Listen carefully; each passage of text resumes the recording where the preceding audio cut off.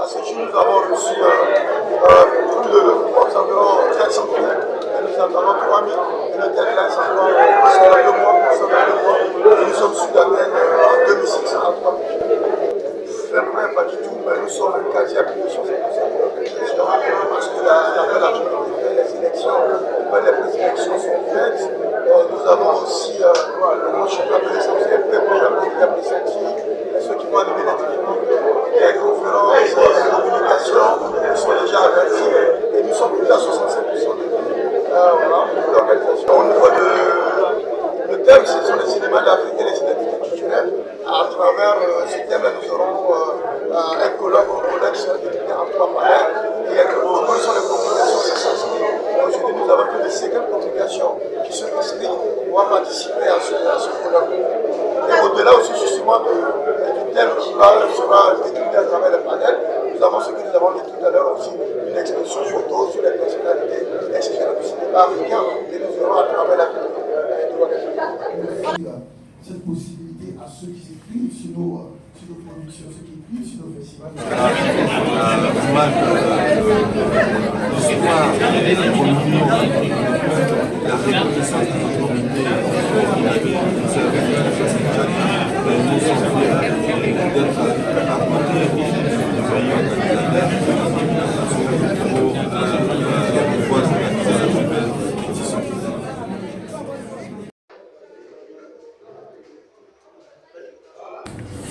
Prions fortement que cette institution demeure, qu'elle prospère et que nous puissions être un partenaire privilégié d'avant, pendant et d'après.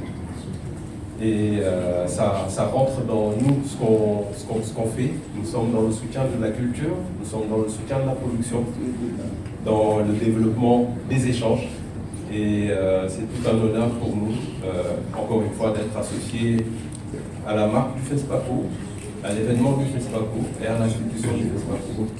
Toutes nos félicitations de ce qu'on voit.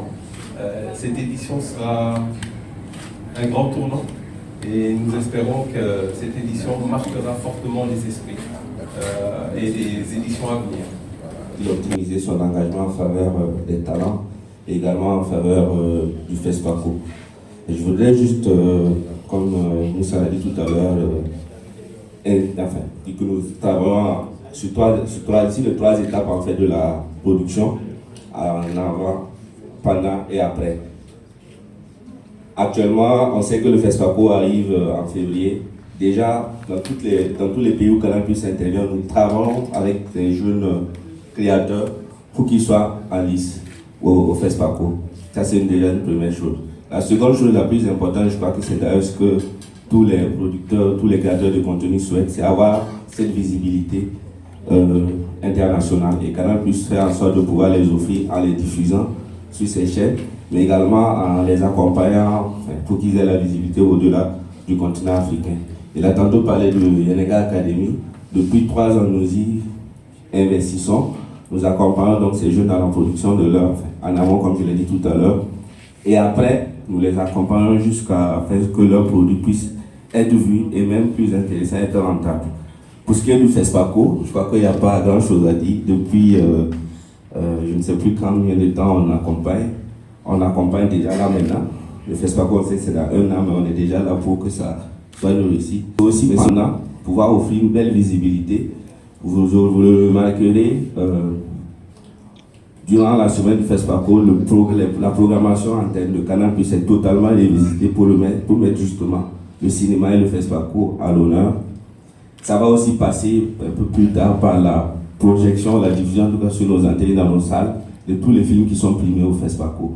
Si là vous avez certainement dû voir que c'est passé récemment sur Canal+, les Talons d'Or également. Et à l'approche du FESPACO, on mettra aussi en avant ces différents films qui ont gagné. Donc je crois que c'est un travail qui se fait avant, pendant et un travail de tout temps pour faire en sorte que le FESPACO demeure le festival le plus